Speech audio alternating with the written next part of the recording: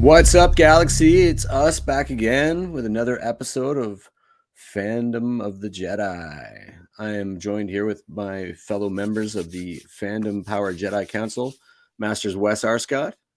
Hello and there. Andrew Daw. Hello. How we doing, gentlemen? I am fantabulous, to be honest with you. I've been Excellent. consuming these episodes again and thoroughly enjoying them. In fact, I think the one that we're going to talk about tonight might actually be my favorite of all of them. I liked them all, and then I got to chew on this one, so I imagine whichever one I got to chew on would probably become my favorite. But I absolutely I agree with you there, and I gotta say, the Mandalorian, Bad Batch, Visions, Andor, Fandom of the Jedi, guys. Are we a Star Wars show? Not exclusively, but I tried so hard not to talk about that last episode, but like even Kim said to me, "You're not a Star Wars show, eh?" My buddy Eric, who watches all of our stuff. So you're still not calling yourself a Star Wars show yet? And I'm like, no, not yet. See, now that could be my bad Star Wars joke. But I do have one. I do want to have one in the pocket. So what? Is it time? It's time. If you're ready. Is it that time? One more time. It's that time. Okay, here we go. Bad Star Wars jokes. And this comes courtesy of the god Google. I didn't write it myself. I've been trying to actually write an original Star Wars joke, but nothing is suitable for under 18 so far. But what type of program do Jedi use to make PDFs? What type of program do Jedi use to make PDFs? There's a lot of them doing that out there. I don't know. Adobe Wan Kenobi. Oh yeah. So if you guys have jokes out there, be sure to send us your best or worst ones, and we'll give you credit. And what was it that you said during Andor? Star Wars dad jokes. Star Wars dad jokes. So from Fandom Power and Fandom of the Jedi, this has been another episode of Bad Star Wars jokes. I love it every time. Nice. All right, let's just jump into the most comprehensive breakdown on the internet, giving you all the story beats, lore, canon and legends connections, and the wider references to a galaxy far, far away. We may not be the fastest in the Kessel Run, but we are the best and most humble. I haven't learned how to fix the hyperdrive yet. What do you think, fellas? What'd you think about this episode? I know we sort of covered that we loved it, but is there things that jumped out at you? Raxus Secundus, that jumped out at me. Yeah, big time. I'm like, wait a minute, did we go here before? And I couldn't think of it. I'm like, my mind immediately went to the Bad Batch. Well, we can just we can go right while we're talking about Raxus. Well, there we go. So we go to Raxus Secundus, and I forgot that it was a Republic world. But we've never seen it in that context before now. So absolutely. That was very exciting to me, because that particular episode of the Bad Batch is a standout episode for me that I love so much. That not all the Confederate senators were the big bad enemy that they were painted to be. Absolutely. So just a little background for people that aren't as familiar with it as we are. So Raxus Secundus, it was sometimes also known just as Raxus. It was a verdant planet in the Tion hegemony, located in the Outer Rim, and it would go on to be capital of the Confederacy. So we go from a Republic world here in these episodes to the capital of the Confederacy, and I think we learn in my episode here towards the end why. Jedi Knight Quinlan Voss, and he once partnered with Dooku's former Sith apprentice Asajj Ventress to travel to Raxus to try to assassinate the Sith Lord, and failed at one point. Years later, the Clone Force 99 was hired to rescue Senator Avi Singh, who was in an Imperial prison, and it was also the site of a brutal massacre by the Empire known as the Antar Atrocity. That was one of the it spurred a lot of worlds into the side of the Alliance during the Galactic Civil War. there's a whole unspoken thing here. The first time we ever go to Raxus is back in the Clone Wars, where Padme and Ahsoka go on a secret mission, right, to try and initiate some peace talks with Padme calls her mentor, Mina Bonteri, who is the Republic. Oh, sorry, she's the Confederate senator. That's right. For Raxus Secundus. That makes the Bad Batch, when we meet Avi Singh, that makes him the third senator of that planet that we're aware of. Yeah, we're about to meet the fourth too, actually. That's a long yeah. So let's our episode has a runtime of 15:20 with intro and credits, and 12:22 without. So it's a little bit it's pretty short. It's not bad. It's written by Charles Murray and Elan Murray. I'm not familiar with any of their work, and I was on some time constraints. So forgive me to both of those people, but I'm sure you have a long and storied catalog. Directed by Charles Murray also, and co-directed by our old buddy Saul Ruiz. So we know we're in good hands. Several episodes of Rebels for that guy. And everything else in the episode was done by Dave Filoni by hand while doing a handstand. Reprising their roles from the Clone Wars animated series, Corey Burton and T.C. Carson as Count Dooku and Mace Windu, respectively. Another Clone Wars and Bad Batch alumni who doesn't get enough props, Andrew Kishino, who voices both the guard and the character Hanel.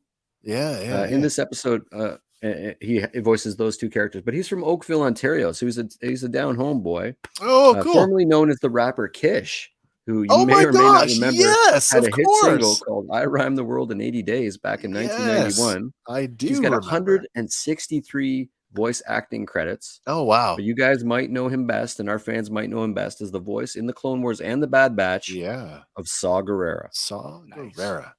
That's impressive. Yeah, that's super impressive. I love IMDb him. He'll be in every video game and anime you've ever seen. I promise. Pretty cool.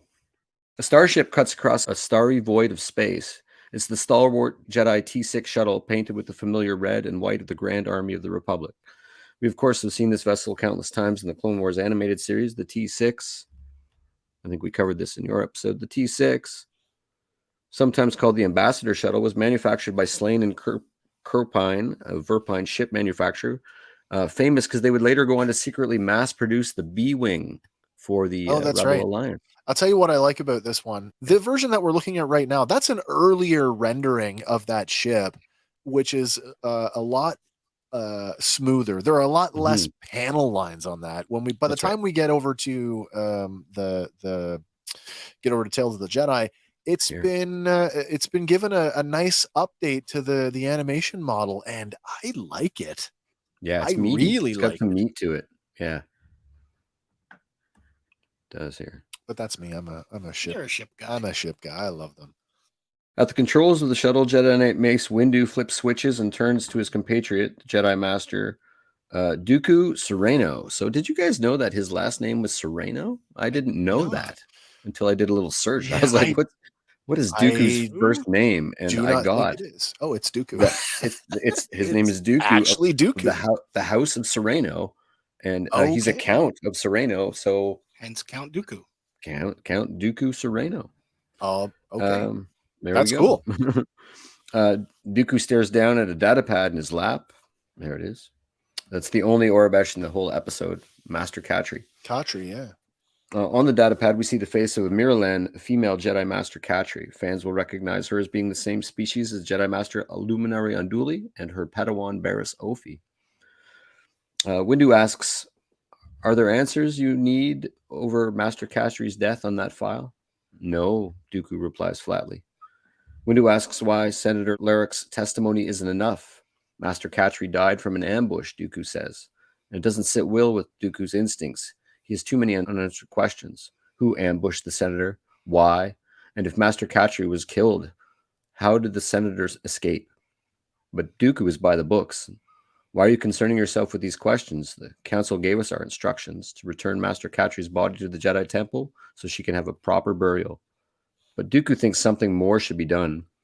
Since we are not members of the council, we cannot involve ourselves in local political skirmishes. unless requested by the Jedi High Council or Senate. Dooku is as diplomatic as he can be. My friend, he says, your devotion to rules is sometimes inspiring and sometimes madness. Let it sit on there. Doesn't that speak, though? That speaks so much to the whole why the Jedi Council diminished the dogmatic, pragmatic, right. You know, all the reasons why Sidious was able to go undetected. And I mean, he's, as we talked about before, that master and apprentice relationship, you just take things as rote. And all the sort of ideological differences between the different Jedi, they were allowed to, get things twisted, I guess, if you will, most simply, too much freedom and too much dogma at the same time instead of some sort of middle ground, right? It's like, Mace drank the Kool-Aid. Absolutely. Yeah. I do say it again and again, actually, in this episode. Yeah. Dropping over the Crimson Tree canopy, the shuttle heads towards the large city of high towers in the distance. Hovering over the Senate building landing pad, the shuttle's wings orientation shifts to horizontal and it gently descends upon its 3 landing claws. As the 2 Jedi led by Windu debark the gantry, a delegation of guards greets them clad in blue armor, all but one, Hanel, in a tall, upward swooping blue helmet. Hanel, a lean, dark-haired human, speaks first. Welcome to Raxus Secundus. The Jedi are not really interested in pleasantries, and they introduce themselves, but they request immediately to see Senator Larrick. The lead guard tells them that his people are saddened by the loss of Master Katri, and he escorts the Jedi to the Senator's office. Inside the ornately decorated office, Larrick places a data table down on his desks. It's open to the same file on Master Katri as Dooku's tablet. The shifty senator tells the pair of Jedi that he was contacted by a rebel group while on Coruscant and decided to return home to meet with them if it meant preventing war. The Jedi are perplexed that he would go without a security detail, but he said he wanted to go in the name of peace, and besides, Master Katri refused to leave his side. But Windu wants to get back on mission. Senator, we've taken enough of your time. If you can show us to where Master Castri's body is, and Dooku cuts him off. He isn't satisfied, saying, before we do that, I'd like to see where you and Katri went to meet this informer. The senator is horrified at the thought of returning to the scene, but one of the armored security members, Samaj, speaks up. I can show you where the tragic accident happened. He tells them his detail responded to a distress call at the site, but arrived too late to save the fallen master. The group leaves the office building, the Jedi trailing. Bad cop Dooku knows it's obvious that the senator is hiding the truth, but good cop Dooku wants to tell the council that what they've discovered. Dooku attempts to pluck at Windu's emotions, asking, would you want Master Katri to leave without finding what happened to you? And ever straight and narrow, Windu replies that he would want her to follow protocol. Soon after, the group is transported in a Raxus ship, and they touch down in a clearing. The ship reminds me of the submarine from 20,000 Leagues Under the Sea. Oh, yeah, absolutely it does. Yeah, it's pretty cool. I like that. Yeah. Immediately, Dooku begins to investigate the scene upon debarking, noting the blast marks high in the trees, scores across the soil. He leans down to pick a handful of dirt before standing and running his hand over a deep blaster scar in a tree. He demands to know how many attackers. But the bumbling senator can't remember, clearly saying it happened so fast. Dooku wants to know if the attackers fired upon them. Why is the ship unscathed? For a Jedi to succumb to a surprise attack is rare. Unless the attack came from someone he trusted, like you. Dooku, anger flashing in his eyes, ignites his pale blue lightsaber. I will have the truth. Alarmed at his behavior, Windu shouts at Dooku to stand down. But Larrick panics, running forward, exclaiming, the guards killed her! And before he could reach him, a single blaster bolt hits him squarely in the back and he falls. Looks like we're going to need another senator. A few feet from the Jedi. Windu draws his purple saber, and the 2 of the most skilled swordsmen in the galaxy assume ready position. The guards open fire, but the masters easily deflect the bolts. Dooku, with an outstretched arm, force pushes the guards, and they fly back, hitting the bulkhead of the ship. But the Raxians have a backup contingency. Several combat droids leap from the treetops in an attempt to surround the Jedi. These things were cool. So I quite enjoyed them, to be honest. They were super cool. So they most remind me of the magistrates droids. From that they do oh my gosh, Morgan Elsbeth's droids. Morgan Elsbeth, yeah. These really remind of all the droids I've seen. They remind me that of the most, but they're all very similarly designed. Yeah, almost like you can see that maybe because at first when you see them, are like, oh, they're like not the B2, but in the same family as the B1 droid. There was That's right. the assassin droid. They have Absolutely. the similar kind of arms going on, but much more stylized heads, I guess. Yeah. Fairly similar design to what we've seen from independent droids before. These are the most remind me of the Magistrate Guard in the Ahsoka episode of The Mandalorian. Yeah. Dooku expertly dispatches 2 droids with a swirling one-handed flourish, while Windu, leaping and flipping high in the air, lands in the midst of a group of droids and double force pushes the attackers to the side, hurling them into a tree where they burst into a hail of blue sparks. You get to see them wielding different styles. It's for split seconds, but Dooku is like all behind the back with big flourishing float, and Mace is literally fighting like we've seen Yoda fight, like flipping all around, and I so really wanted I was kind of I'm like, oh, Mace is going to get into it. I wanted him to punch a droid. Oh, just right. to throw just back like to the Tartakovsky. Yeah. Just punch one of them. In the midst of the fray, Dooku slices a huge tree clear through the trunk and force pushes it to topple it onto the remainder of the droids. It's quite the feat. It kicks up a large cloud of dirt, which hangs heavy in the air, obscuring everything. The guards fire blindly into the dust cloud at the partially obscured lightsabers, but even those shots are deflected easily. The 2 powerful Jedi masters leap forward and easily disarm the remaining 2 officers. Windu demands coolly, "Tell us what really happened." But the young officer can't control his rage, shouting, "You and all Jedi are Senate puppets, and you will see a reckoning." Wheeling to grab a blaster from behind him, he fires 3 times from close range at Mace Windu, who expertly deflects the first 2 bolts to the side, and the third squarely in the young officer's chest. He stands for a second, his body catching up with his death, and he topples forward. Samaj anguishedly screams, "No!" and he falls to his knees. Mace stares at the fallen. Is this father and son?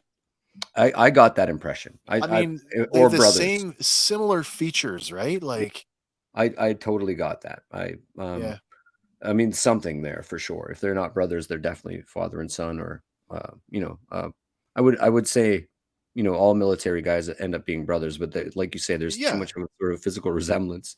Yeah. Mace stares at the fallen officer and over at Dooku. Clearly, if he had followed protocol, the boy would still be alive. Dooku returns his gaze, almost remorseful, but stays his course. He puts the saber to Samaj, still at his knees. "Tell us your reason for killing Master Katri." He lifts his head to admit, "We were part of a group that learned that the senator was corrupt, becoming rich by selling off world contracts to investors, and it would industrialize and ravage the land. He was selling off the planet piece by piece, all from his comfortable residence in Coruscant. He was willing to bleed Raxus dry." Dooku is still puzzled, though. Why lure the senator here and kill the Jedi, but let him live? He said they'd planned to force Larrick to push their own agenda at the next Senate meeting, and Windu asks, "Why didn't you just go through proper channels? Katri was a keeper of the peace." But Samaj doesn't agree. Jedi are lapdogs of the Senate. Their bidding always comes first. It's evident throughout the galaxy. Jedi claim peace, but mostly keep law and order for the rich and powerful. He stares directly at Dooku, whose glare seems to soften. "Katri was a Jedi," Windu states. "She would have listened." Lost in thought, Dooku's brow furrows. Cut to a dark detention block deep within the Raxus Senate building. Security doors illuminate the dim with their crimson energy barriers. Dooku stands at the cell of the imprisoned Samaj, waiting for guards to pass. He tells the man, "Your ideology, while flawed, does have its points." Samaj is genuinely surprised to hear that from a Jedi. "I'm surprised to hear that from a Jedi." Dooku. Just then, Mace appears in the hallway entrance to the cell block. Dooku finishes, "I don't condone your methods, but you had every right to protect your planet. Make sure your people don't lose heart and evolve, Samaj. It's the only way you will truly have victory. I say that for all of us." With that, Dooku turns and walks toward Windu, and they leave together. Outside the landing platform, the 2 masters with a guard escort accompany Master Katri's casket to the T6 shuttle. Windu tells Dooku the council will have questions, but Dooku believes they'll be happy to know that we've solved Master Katri's murder. But Windu questions, will they be happy with your tactics? Dooku will have no problem explaining myself. Yeah. Now let me ask you one thing, Dooku continues. Do you think the Jedi will truly keep peace if they continue to take everything the Senate says as law? But Mace is confident. Luckily, we are guided by our council and not by politics or ego. And then I wrote, I get the feeling that they're no longer friends. And that's why I chose this as the one slide of all of them that I put together. Yeah, sure. This across her body. This is the divide. This is This is bigger than just two men having an ideological difference. This is the schism in the Jedi Council. This is where the crack starts. There's that. I want to go back to, we've talked about this before. Unless you're reading all the books, there's some things you just don't get visually. And one of those is Dooku, regardless of the fact that, yes, he's the next villain in line after Maul, he truly believed in the Confederacy as the answer to the Republic. He thought he was doing the right thing. And so when he has that interaction with the prisoner, it speaks to that, like, oh, he actually thinks that they really do have a point. Right. This is the birth of that ideology, or the solidification of that ideology. I really firmly believe that he's about to formally turn. Because of these events. Yeah. There's a beautiful shot of the Jedi Temple. Oh, there is too, isn't there? Yeah. Yeah, there is. And it's I have notes about it, but the reason I really liked it is because it's the first time we've ever seen a pale cast upon the Jedi Temple. We usually see it in really, really well lit. I think we see it a couple times at night, even in Revenge of the Sith, or on fire. 66. Well, we've seen it a little bit on fire, but even in Order 66, it's not. It's I don't know, the way that the palette isn't the same as it is. It's sort of a big deal, and well, it's going to come up next episode, so we can dial back in on it then. Because perfect. Oh, that's right. Over the course of this arc, I do believe that all the visuals play heavy into like Dooku's mindset, and like where he's at on the scale of, do I turn or do I not? Yeah. So I felt strongly that this was at dusk, because there was like strong sunshine and then like a red dark cloud over everything. There was long shadows, and Dooku's dusk, right? Like yeah. Cut to night over at Coruscant, the Jedi Temple front and center as the somber red cloudy dusk cuts deep shadows across its surface. Deep inside the temple, many Jedi masters gather around Master Catri's casket, now with a blue glass port revealing her face.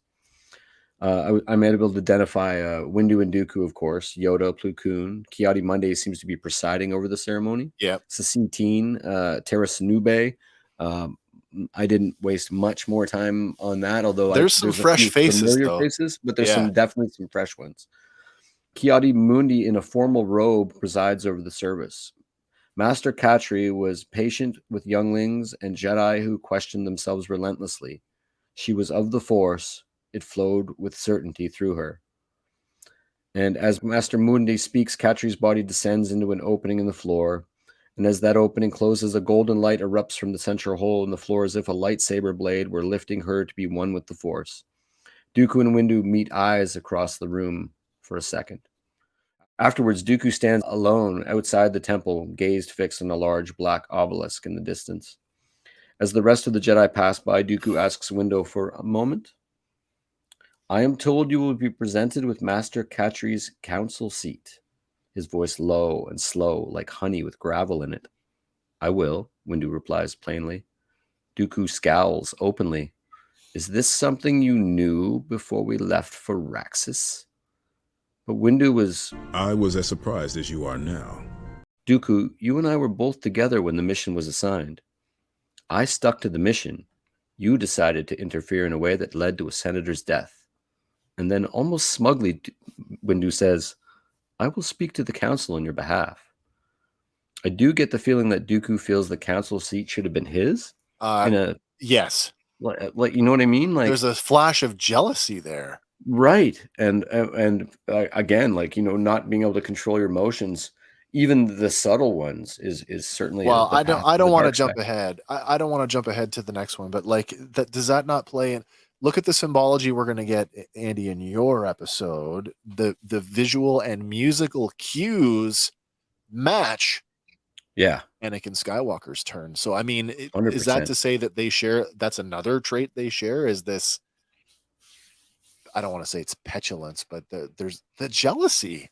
I don't know so much that it's jealousy, but Dooku is seeing, like, from the perspective of the assassin and all these looks other corrupt folks. as hell. Yes and no, but he's seeing, like, yeah, these people aren't wrong. The Jedi are blindly acting on behalf of the Senate. There is corruption within the Senate, and he thinks maybe, get a seat on the council and start fixing. A seat on the council for him would have been better.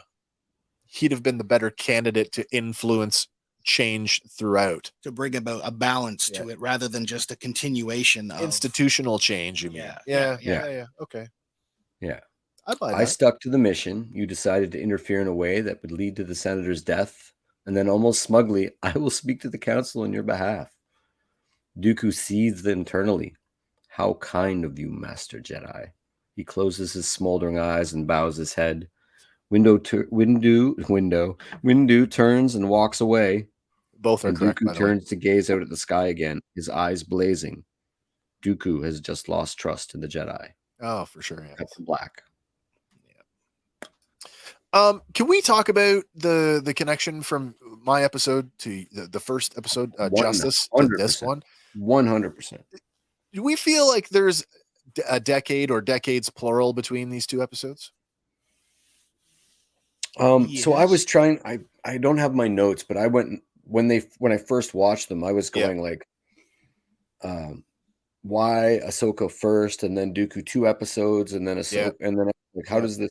And then then I realized that they're all in chronological order. Chronological, yeah. So that's why they're broke up like that. So I don't put decades between them. I put years between them, but not decades because Ahsoka's not decades old. She's not. But this episode is still pre-Clone War because I would say this is still pre-Phantom Menace. Yeah, absolutely. Because my episode, I can squarely put it in at the start. At the beginning of the Phantom Menace. Right. Yeah, of course. First episode is Ahsoka's birth, though, right? That's right. Yeah. That is right. Oh, that is true. That's right. true. And if we meet her in the 4th episode, and she's just a Padawan, 14 years old. Yeah, teenager. Not very many years passed between first episode. Just a beard. So I say shortly after that, your episode, Qui-Gon becomes a Jedi himself. Yeah. Probably takes Obi-Wan shortly after. In Justice, we visit a planet that's not named.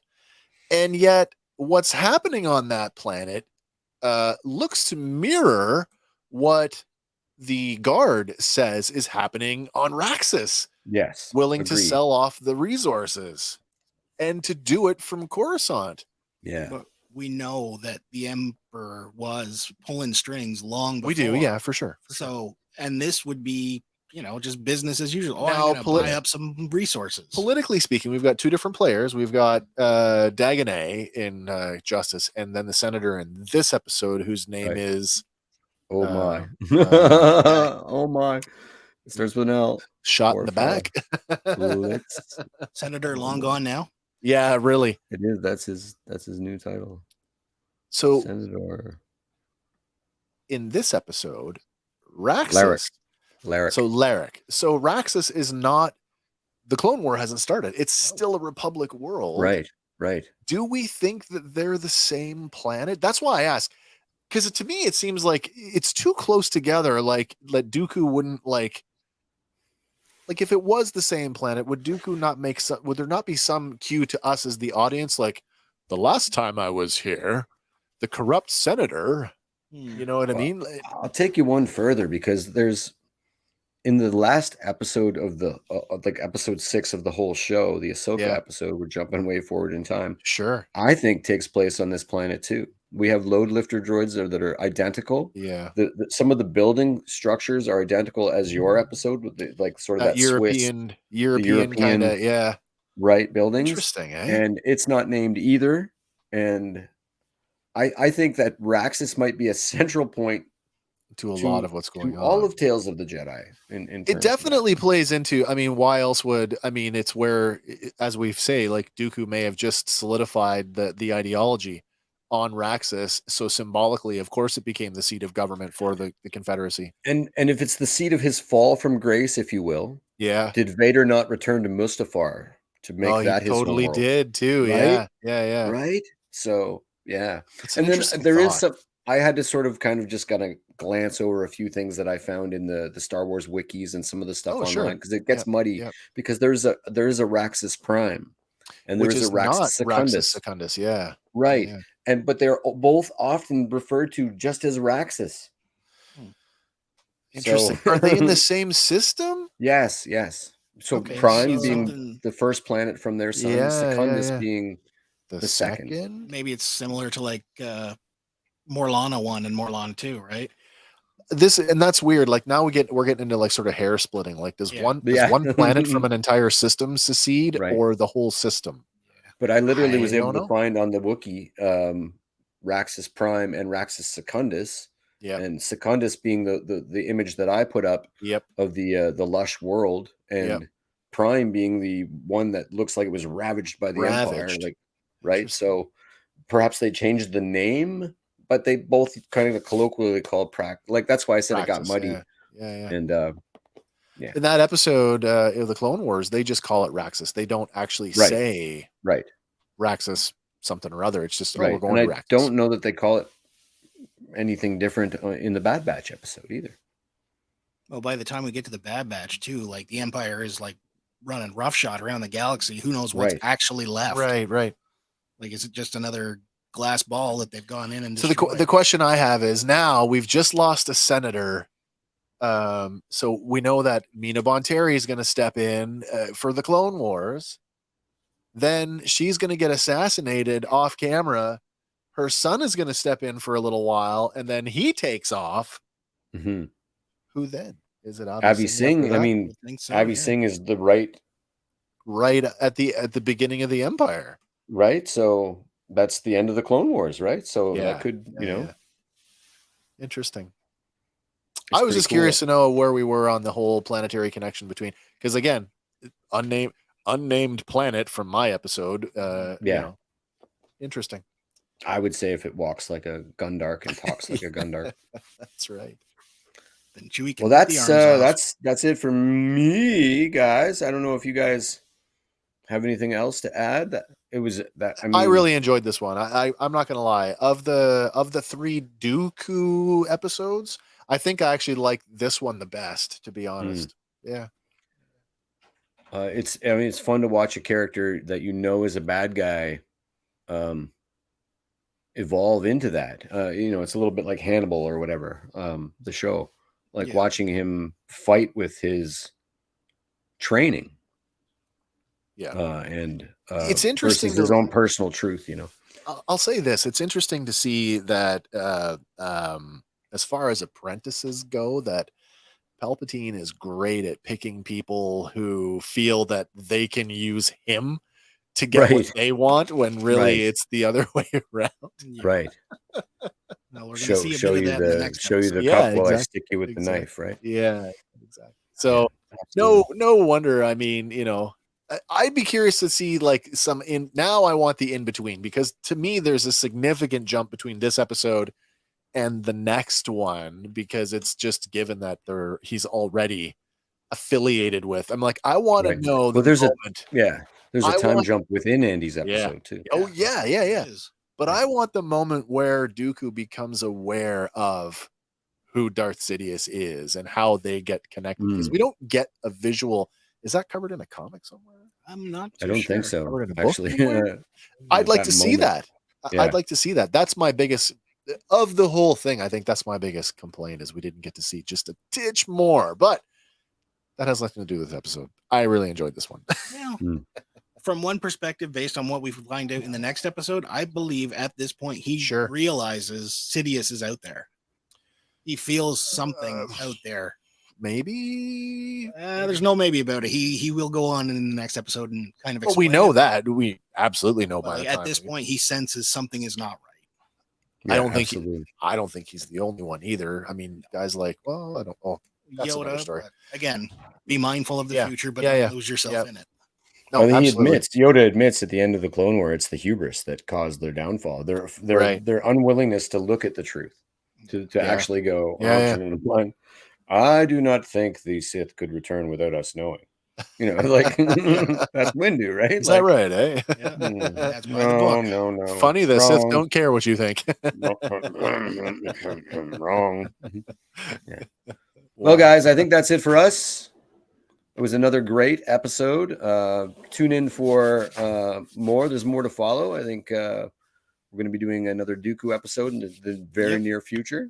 Yeah, and maybe tackling 3 or more of the well, not more. But there's three Ahsoka episodes that we're going to knock out of the park. Absolutely. And while we try to fill time until March 1st. March 1st, 2023, Mando season 3. Oh, there's lots out there for us to cover, though. Oh yeah, we'll be fine. So exciting. Okay, well, for Fandom Power and Fandom of the Jedi, I'm Hank. I'm Wes. I'm Andy. And we'll catch you on the next one, everybody. Bye for now. Woohoo! Hey guys, thanks for listening to Fandom Power. Be sure to like us on Facebook and follow us on Instagram and Twitter. Stay tuned for our next episode where we'll be talking about another one of your favorite fandoms. Fandom Power is a Sawcast production.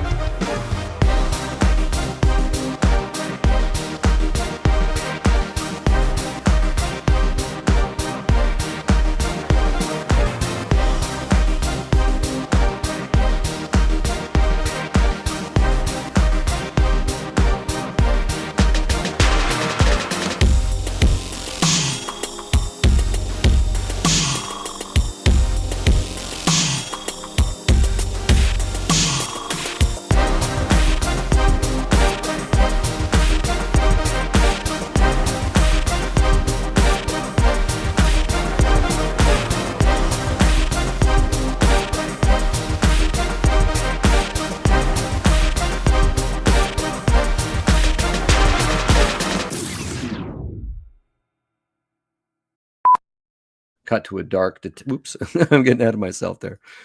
This is a good story. It is. It's great.